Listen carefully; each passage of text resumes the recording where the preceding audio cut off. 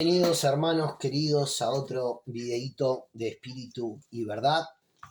Acá en este video vamos a estar explorando quién exactamente construye el tercer templo y qué es este templo del cual habla Daniel y Tesalonicenses, en el cual se va a sentar el maligno pretendiendo ser Dios, ¿no?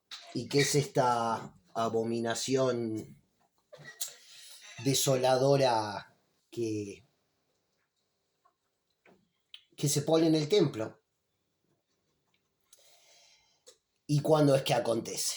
Bueno, arranquemos, porque fíjense lo que dice Zacarías. Déjenme agarrar mi virome. Acá en el capítulo 6. Es más, vamos a arrancar con Amos. Con Amos, en el capítulo 9, del versículo 10 al 15, porque dice: a espada morirán todos los pecadores de mi pueblo, que dice, no se acercará ni nos alcanzará el mal. En aquel día yo levantaré el tabernáculo caído de David, y cerraré sus portillos, y levantaré sus ruinas, y lo edificaré como en el tiempo pasado, para que aquellos sobre los cuales es invocado mi nombre posean el resto de Edom. Y a todas las naciones, dice Jehová, que hace esto. He aquí vienen días, dice Jehová, en que el que ara alcanzará al segador, y el pisador de las uvas al que lleve la simiente. Y los montes destilarán mosto, y todos los collados se derritirán. Y traeré del cautiverio a mi pueblo Israel, no dice a la tribu de Judá, dice a mi pueblo Israel, que son todas las tribus, ¿no? Y también los que se injertaron al olivo de Israel a través del Mesías y su pacto, ¿sí? Porque no todos los que se hacen llamar Israel son Israel.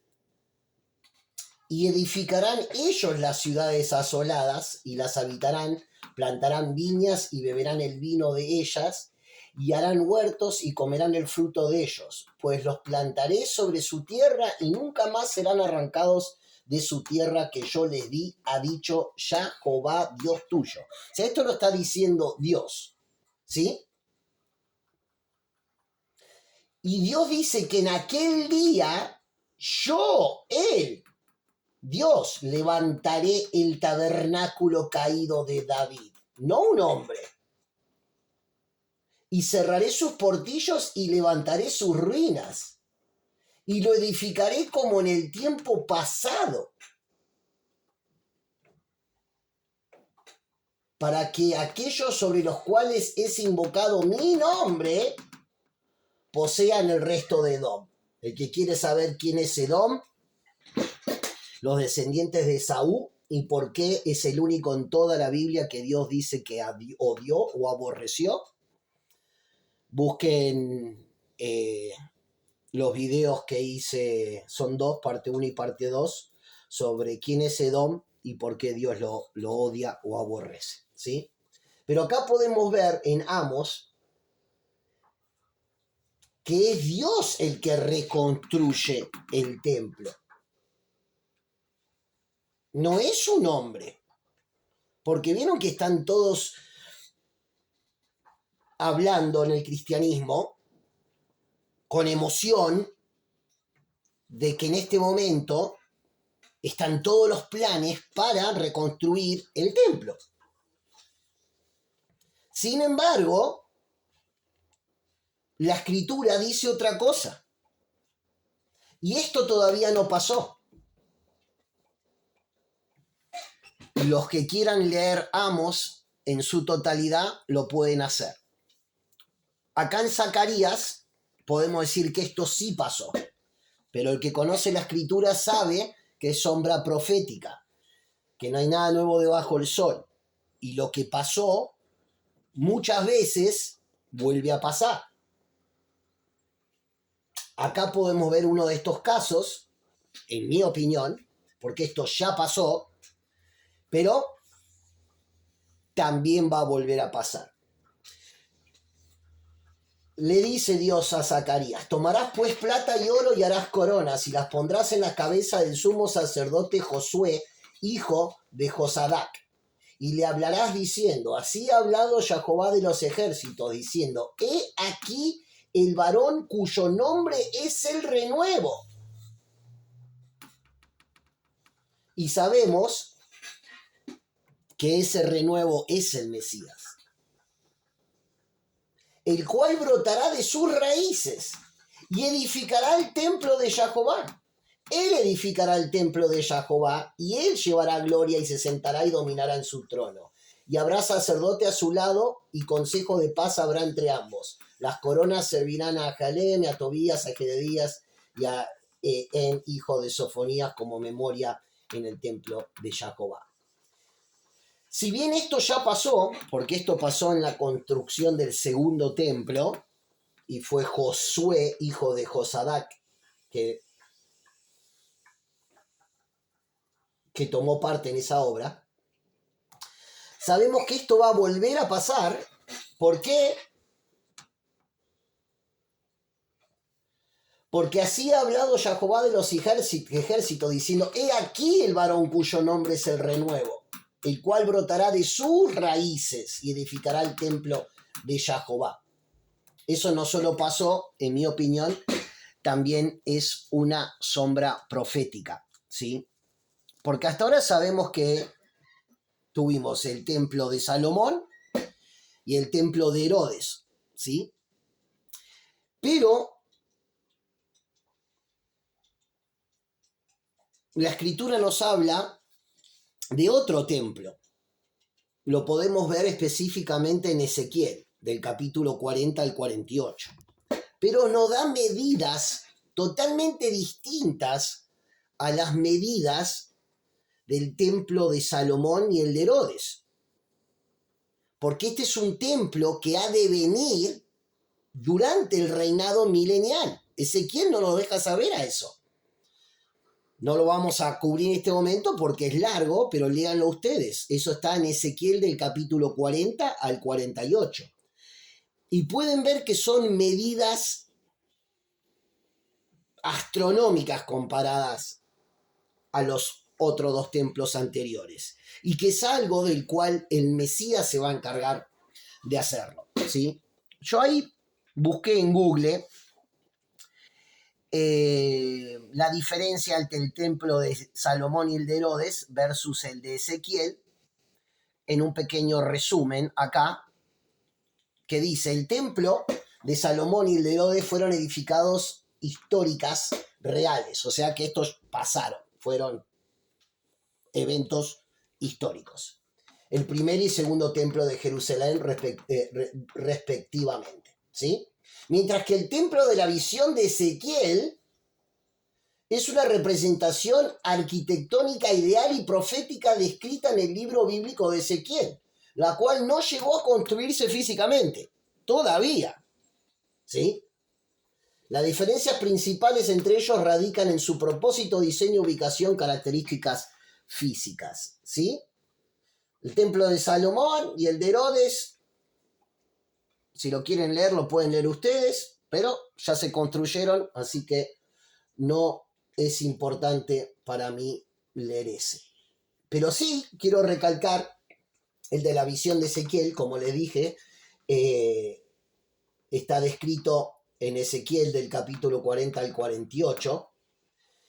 El profeta recibe las instrucciones de un templo futuro y restaurado, ¿sí? Disposición y geografía, a diferencia de los templos históricos, no se limita a un santuario, sino que incluye una ciudad sagrada y un complejo de proporciones masivas, como le dije, y cuadras en las que las tribus de Israel se distribuyen de manera distinta.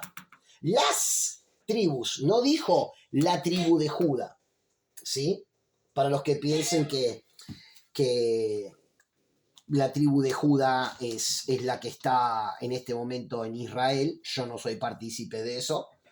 Sí pienso que hay personas que observan la religión del judaísmo, pero para practicar judaísmo no tenés que ser descendiente de la tribu de Judá. Por eso no son la misma cosa. Eso que quede claro, ¿sí? Pero más allá de que si los practicantes de judaísmo son descendientes de la tribu de Judá o no, eso no viene al caso. Lo que sí viene al caso es que tiene que ser las 12 tribus, ¿sí? Eso está a través de toda la escritura, ¿sí? En que las tribus de Israel se distribuyen de manera distinta. Además, el río que fluye desde el santuario hasta el mar muerto es una característica central y simbólica de esa nación. Bueno, todo lo que vos quieras. Te está dejando saber que las proporciones en el libro de Ezequiel, las proporciones que dan son masivas en comparación al, al, al templo de Salomón y de Herodes. Este es mucho más grande, tiene un río que fluye desde el santuario hasta el mar muerto.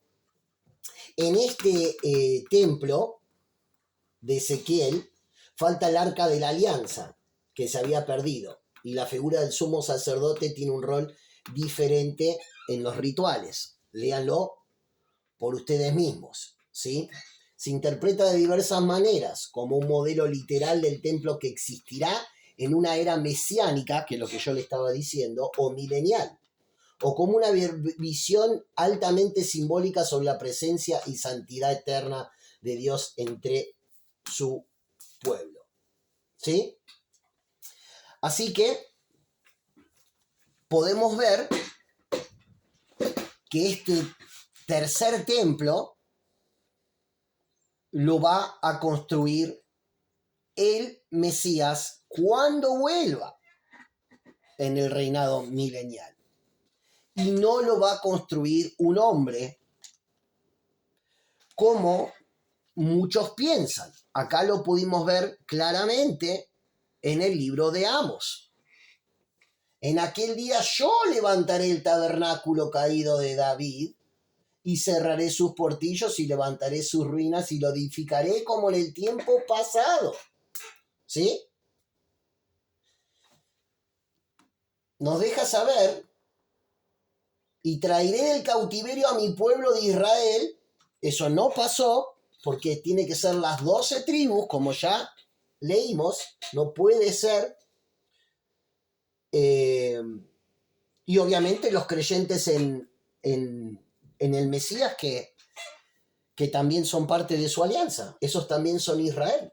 Todos esos traerá del cautiverio, no solo la tribu de Judá, sino que a todo el pueblo de Israel, y edificarán ellos las ciudades asoladas y las habitarán.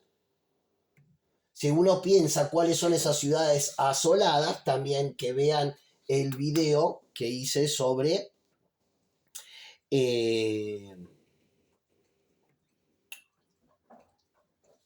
la destrucción de Jerusalén, de la cual nos habla el libro de Zacarías, y eso lo pueden ver si quieren. Creo que el título del video es el pueblo o la ciudad santa será destruida o algo así, pero lo pueden encontrar ahí en mis videos si quieren ver exactamente lo que dice la escritura sobre esto, ¿sí? O sea que cuando venga el Mesías, Israel estará en gran parte destruida. Por eso dice que edificarán ellos las ciudades asoladas y las habitarán, plantarán viñas y beberán el vino de ellas, y harán huertos y comerán el fruto de ellos, pues los plantaré sobre su tierra, y nunca más serán arrancados de su tierra que yo les di, ha dicho Jehová Dios tuyo. Por eso esto es un acontecimiento que todavía no pasó, y nos está dejando saber que Él, cuando vuelva, es el que construirá el templo caído, el tabernáculo caído de David, y lo edificaré como en tiempo pasado, y Él traerá del cautiverio al pueblo de Israel, y que nunca más serán arrancados de su tierra. Eso todavía no pasó, ¿sí? Pero también podemos encontrar en segundo de Tesalonicenses, donde nos habla del hijo de perdición, el cual se opone y se levanta contra todo el que se llama Dios o es objeto de culto, tanto que se sienta en el templo de Dios como Dios. Esto también lo podemos encontrar en el libro de Daniel, lo podemos encontrar en Mateo. En Daniel dice: y por otra semana confirmará el pacto con muchos, en la mitad de la semana hará cesar el sacrificio y la ofrenda. Por eso muchos piensan que este templo tiene que ser reconstruido para que se pueda sentar el anticristo, ¿sí? Fíjate, Mateo mismo dice: por tanto, cuando en el lugar santo vean la abominación desoladora de la que habló el profeta Daniel, el que le entienda. ¿Y qué dijo Daniel al respecto? Daniel dijo que por otra semana se confirmará el pacto con muchos, y a la mitad de la semana hará cesar el sacrificio y la ofrenda. Entonces muchos piensan que este es un templo que tiene que estar construido para que se sienta el anticristo ahí y se haga llamar Dios. Pero mi pregunta es, si acabamos de ver que el Mesías reconstruye el templo en el milenio, ¿qué es este templo del cual está hablando, donde se sienta el anticristo? ¿Será un templo como el que conocemos? ¿Como el de Salomón o el de Herodes? ¿Llamaría a Dios templo de Dios a algo de lo cual Él no aprueba?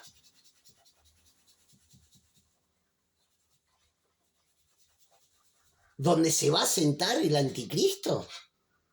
¿Llamaría a Dios templo a este lugar sabiendo que el templo va a ser reconstruido por el Mesías?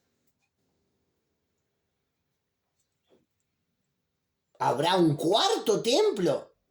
¿Será el tercer templo construido por la gente que ahora vive en Israel, donde se va a sentar el anticristo y hará cesar la ofrenda?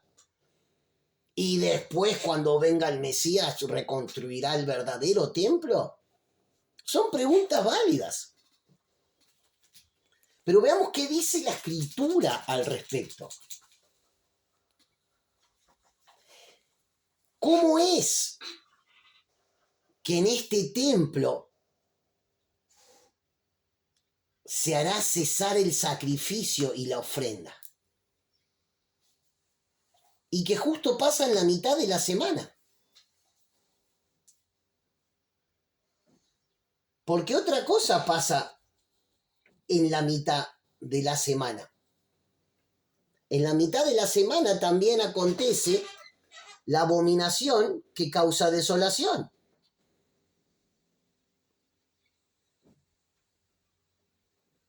Desde el momento en que se detengan los sacrificios diarios y coloquen el objeto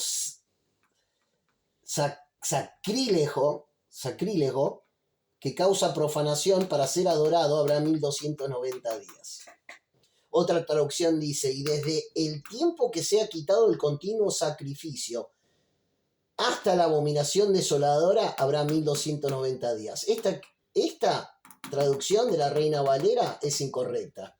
Este hasta no existe. Lo sé porque me gusta buscar en las escrituras originales. Acá tenemos varias interpretaciones distintas, ¿sí? Por eso les quiero decir que es a partir del momento en que se suspenda el sacrificio diario y se establezca la abominación que causa desolación, transcurrirán 1290 días. Por eso es que muchos piensan que el anticristo se sienta en este templo a la mitad de la tribulación. Yo busqué y puse acá, ¿dónde dice en la Biblia que la marca de la bestia acontece en la mitad de la tribulación?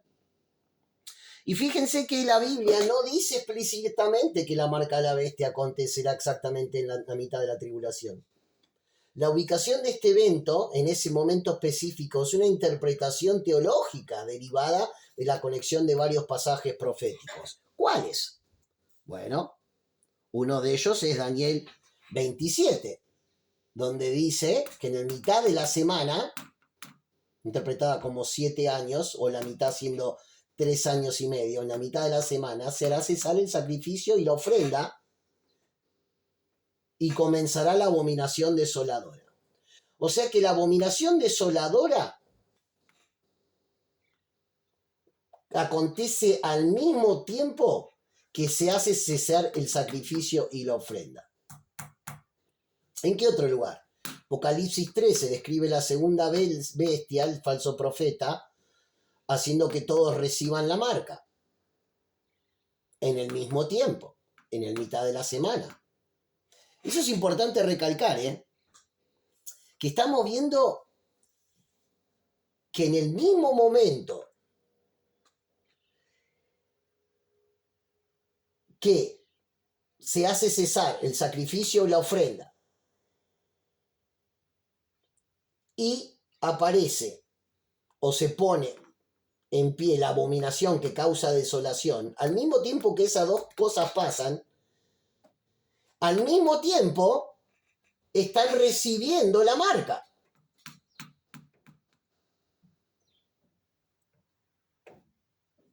Acá está otra vez, en el 13.5. Se indica que a esta bestia se le da autoridad para actuar durante 42 meses. Otra vez, 3 años y medio. Por eso, desde el momento que reciben la marca de la bestia, ahora la bestia tiene 42 meses, 3 años y medio para actuar. Fíjense la descripción que hace acá. Dice, debido a que el tiempo de autoridad de la bestia y la abominación desoladora duran 42 meses, la mayoría de las corrientes teológicas escatológicas deducen que la marca se impondrá durante la segunda mitad, o mejor dicho, en la mitad de la tribulación. Es muy interesante eso. Porque al mismo tiempo que recibimos la marca de la bestia, en ese mismo tiempo cesa la ofrenda y en ese mismo tiempo Dios describe ese evento donde el maligno se sienta en el templo como la abominación que causa desolación. ¿No será que la marca de la bestia es la que causa la abominación que causa desolación? ¿Desolación de qué? ¿Será del espíritu? ¿Será que por eso cesa la ofrenda? Roger, ¿qué estás queriendo decir? Y fijémonos lo que dice Pablo al respecto. Porque Pablo dice, ¿no se dan cuenta de que su cuerpo es el templo del Espíritu Santo? ¿Quien vive en ustedes y le fue dado por Dios? Fíjense lo que dice Pablo. Por lo tanto, hermanos, tomando en cuenta la misericordia de Dios, les ruego que cada uno de ustedes, en adoración espiritual, ofrezca su cuerpo como sacrificio vivo, santo y agradable a Dios. Cesa el sacrificio, 3 años y medio, cuando se sienta el maligno en el templo, al mismo tiempo que se da la marca de la bestia, que muy probablemente la marca de la bestia sea la abominación que causa desolación. Porque hay una gran probabilidad que ese templo seamos nosotros y que esa marca de la bestia sea la abominación que causa desolación. ¿Desolación de qué? Del espíritu. Porque sabemos que cuando ofendemos al Espíritu Santo, de eso no hay perdón. Y no es coincidencia que tampoco hay redención del pecado de recibir la marca de la bestia. ¿Por qué? Porque la marca de la bestia, o mejor dicho, al mismo tiempo que recibimos la marca de la bestia, al mismo tiempo que el maligno se está sentando en el templo de Dios, en ese mismo momento, es la abominación desoladora. ¿Desoladora de qué? Si en ese mismo momento cesa el sacrificio y la ofrenda. Cuando el apóstol Pablo dice que nuestro cuerpo es nuestro templo, el apóstol Pablo dice, ¿no se dan cuenta que su cuerpo es el templo del Espíritu Santo? ¿No será esa la abominación que causa desolación del Espíritu Santo que viven ustedes? Porque el Espíritu Santo ya no va a estar ahí. Sabemos que el que recibe la marca de la bestia no tiene redención. Obviamente el Espíritu Santo ya no está ahí. Y que cuando eso pase, cesa la ofrenda.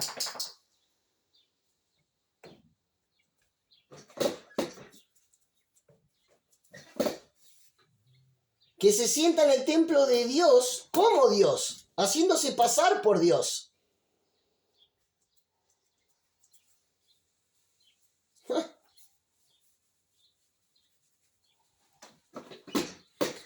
Es algo para masticar, algo para verdaderamente masticar.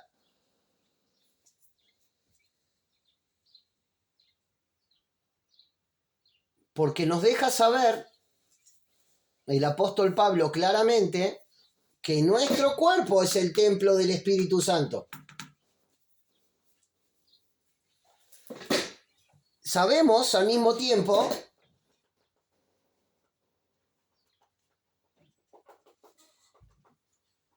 que cada uno de nosotros en adoración espiritual ofrecemos nuestro cuerpo como sacrificio vivo, santo y agradable a Dios. Cuando viene la marca de la bestia, que al mismo tiempo la abominación que causa desolación, en ese mismo momento cesa la ofrenda y el sacrificio.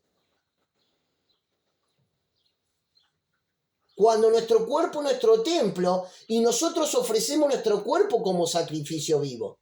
Pero cuando recibimos de la marca de la bestia, cesa el sacrificio y se va el Espíritu Santo.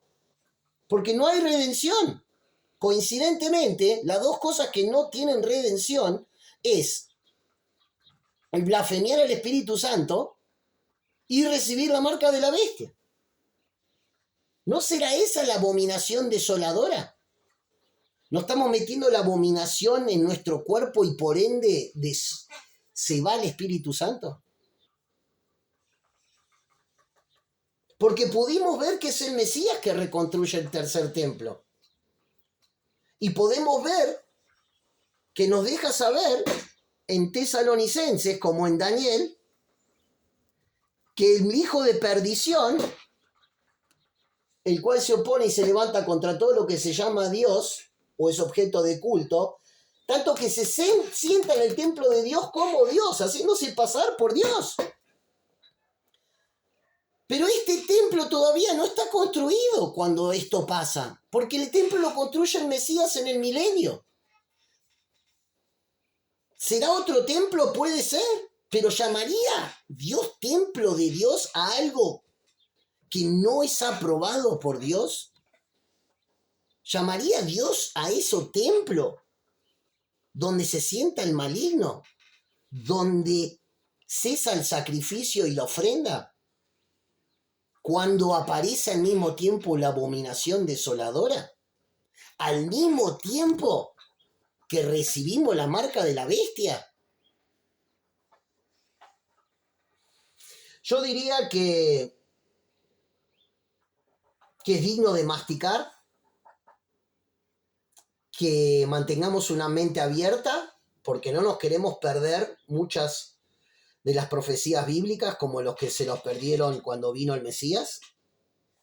¿Por qué? Porque estaban fijos en que el Mesías tenía que venir como el león de Judá, y se perdieron Isaías 53, donde primero tenía que venir como el cordero que quita el pecado del mundo. Entonces mantengamos una mente abierta y pensemos que hay una gran posibilidad de que este templo del cual se va a sentar el maligno, donde cesa la ofrenda y el sacrificio, y es al mismo tiempo lo que causa la abominación desoladora, al mismo tiempo que recibimos la marca de la bestia, que este templo probablemente sea nuestro cuerpo. ¿Sí? Ya tuvimos un ejemplo de eso durante, ya saben, durante la pandemia, donde gracias a Dios no todos se pusieron las vacunas de las inyecciones, mejor dicho, de ARN, porque los que han investigado un poco saben que eso cambia la genética del ser humano. Y para los que han expandido en Génesis 6, para los que han leído el libro de Enoch mencionado en el libro de Judas, también mencionado en el segundo libro de Pedro, el libro de Enoch sí mencionado en la Biblia, canonizado en la Biblia de Etiopía, como el libro de Jaredo, de Jubileos, conocidos como libros apócrifos.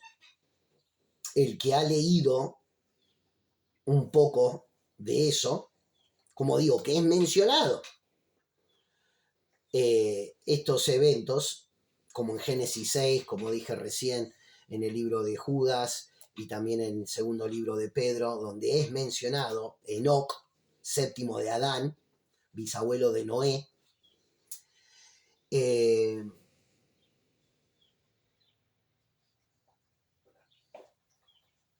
Podemos ver muchos detalles. Bueno, no me quiero ir por las ramas.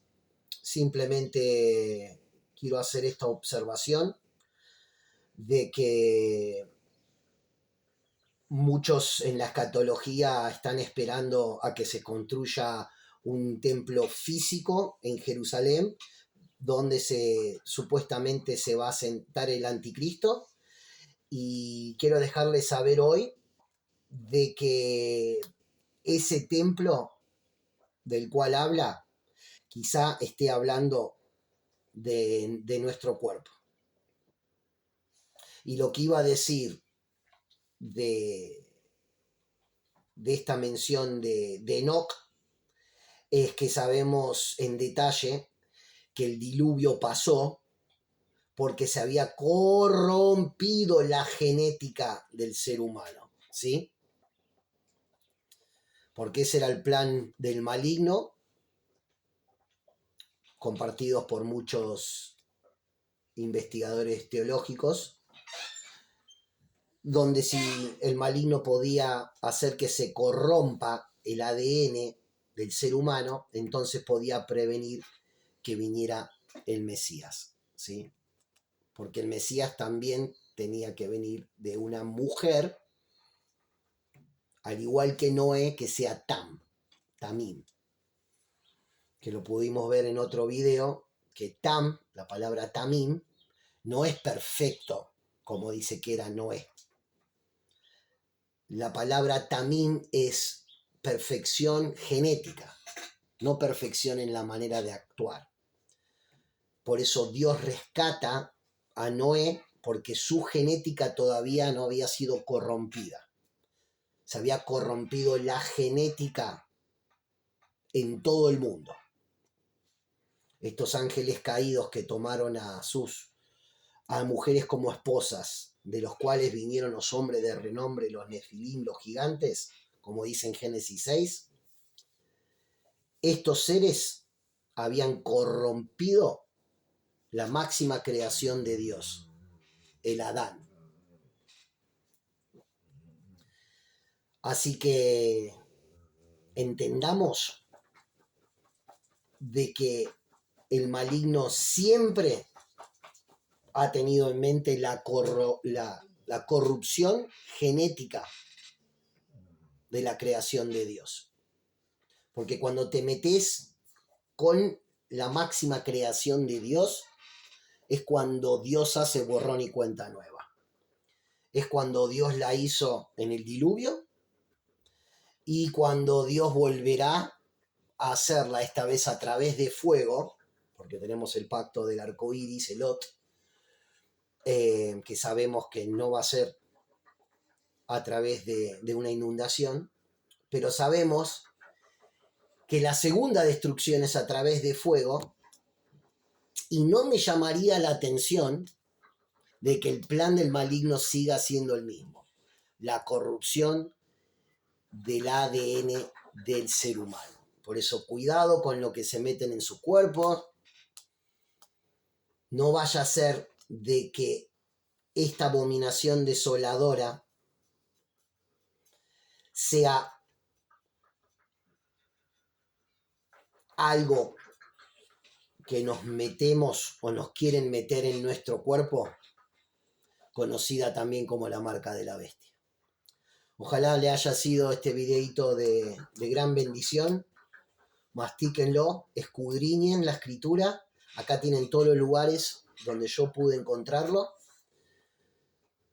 Pídanle a Dios que les muestre y abran la escritura, y en la escritura Dios les va a mostrar. Pídenle a Dios antes que les muestre allá, en nombre de Yahshua, nuestro Mesías, como yo conozco su nombre. Gracias, Padre, por el sacrificio de tu Hijo, Yahshua. Gracias, Yahshua, por venir por nosotros. Gracias, Padre, por tu pacto. Pido por todos los que están en tu pacto, por los que estuvieron y los que han de estar. Aleluya, Padre, por tu gran amor y por mostrarnos estas cosas, por no dejar que nos lleven por toda ola de doctrina, por no confiar en los hombres, como dice Jeremías 17:5. No queremos ser malditos por confiar en el hombre. Queremos ser bendecidos por confiar en ti ya. Y así seremos árboles plantados al lado del arroyo, que en tiempos de sequía seguiremos dando fruto. Aleluya, grande es ya y digno de alabanza. Hasta la próxima, si ya lo permite.